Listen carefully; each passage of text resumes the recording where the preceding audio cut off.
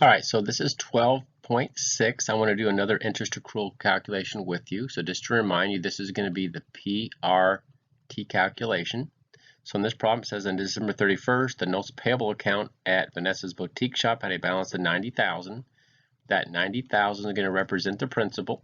It says this amount represents funds borrowed on a 6-month, here we go, 8% note from the bank.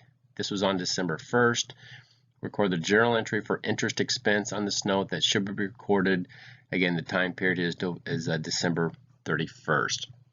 So remember, to start this problem, what would have happened is when they borrowed the money, they would have debited cash because they're borrowing cash for 90, and they would have credited a notes payable. This is going to be the loan, the liability of 90, but remember, over time you got to pay interest on that, and that's what this problem is about. It's the interest.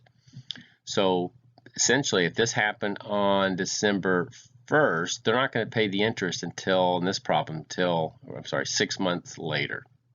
So because we haven't paid it yet, we're going to have to do an accrual. So the interest rate's 8%, so I take the 0.08, divide by 12, I convert that to a per month rate, and then I got to multiply in this problem times the time period.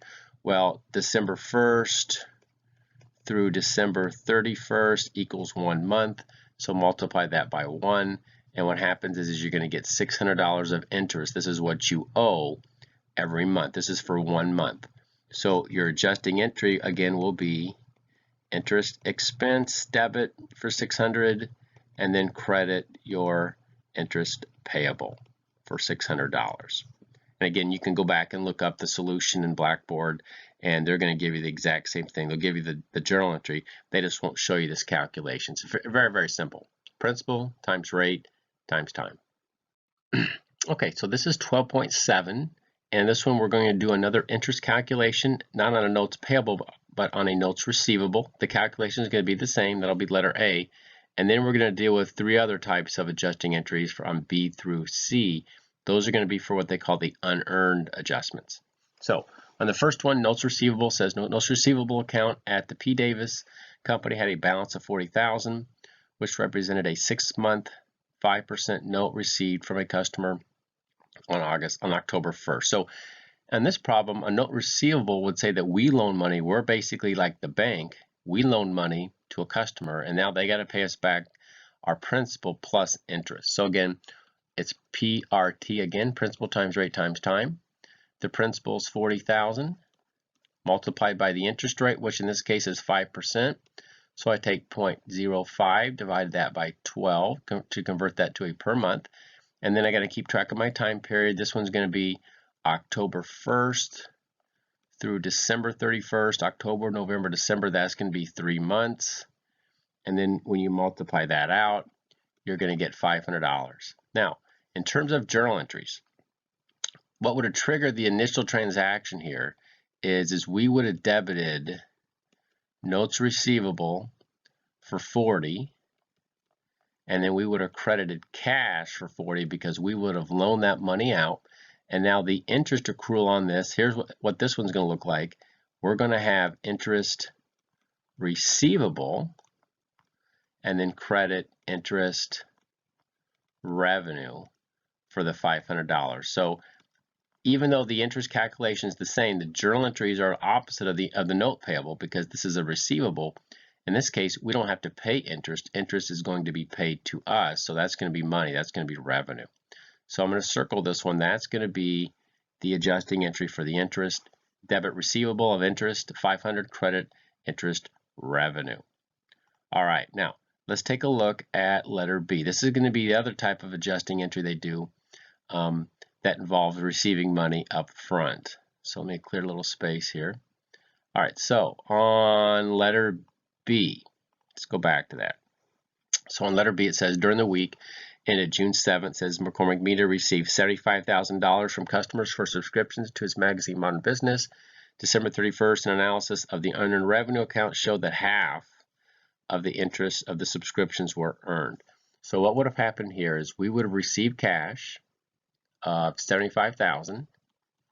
We would have credited an unearned revenue account for $75,000. Remember that unearned revenue account, that's actually a liability, Remember, because we're going to owe a service, in this case we owe subscriptions. So we have to figure out how much we've earned. So it says half that. Half that's 37.5. You just take 75,000 divided by 2 would give you 37,500.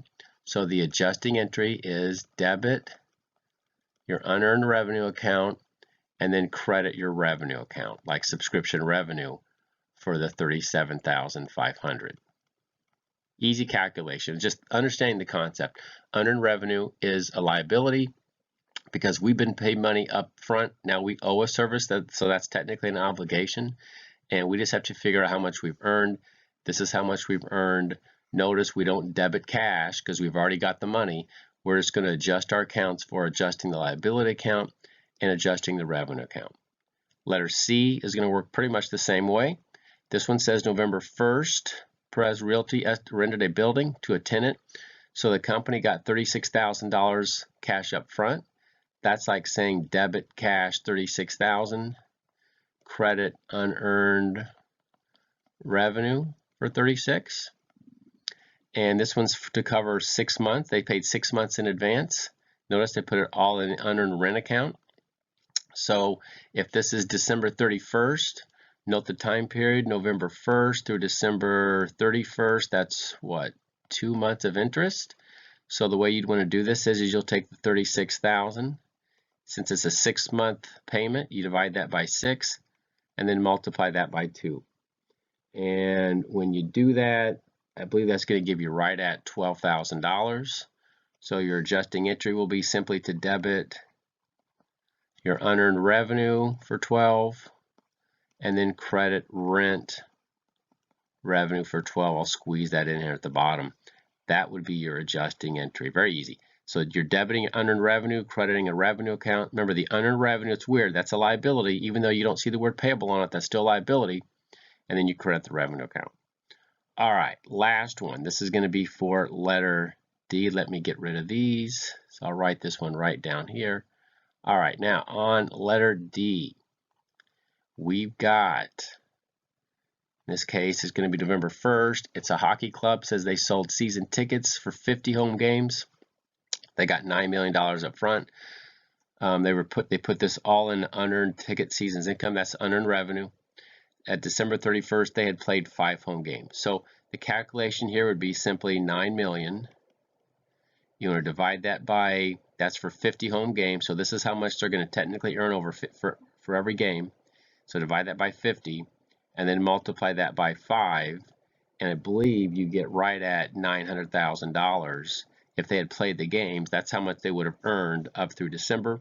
So you would have debited your unearned revenue account for $900,000 and then credit a revenue account, whatever they want to use, for $900,000. That's how you record your unearned revenue adjustments. All right, so in case my writing was kind of weird and you couldn't read it on the previous slide, again, this is from your Blackboard solution manuals. This again is 12.7. Remember, here's the first one, the PRT calculation on the interest. I just want to circle, here's what the debit and credit would look like. Debit interest receivable, credit, either they use interest income or you could also say interest revenue. I think that's what I said. On the next one was the subscription. Notice the 37,500, they debited the unearned revenue account, unearned subscription revenue, and simply credited subscription revenue is what they use. If you just told me you used revenue, that would suffice for me. The third one looks like that was unearned rent. Notice here's your 12,000. They debited unearned rent, credited rent income, or you could also say rent revenue. Last one was your tickets. Notice they debited unearned season tickets income. There's your 900,000, and then they use season tickets income. Again, I like revenue better, but season tickets revenue would also suffice as well.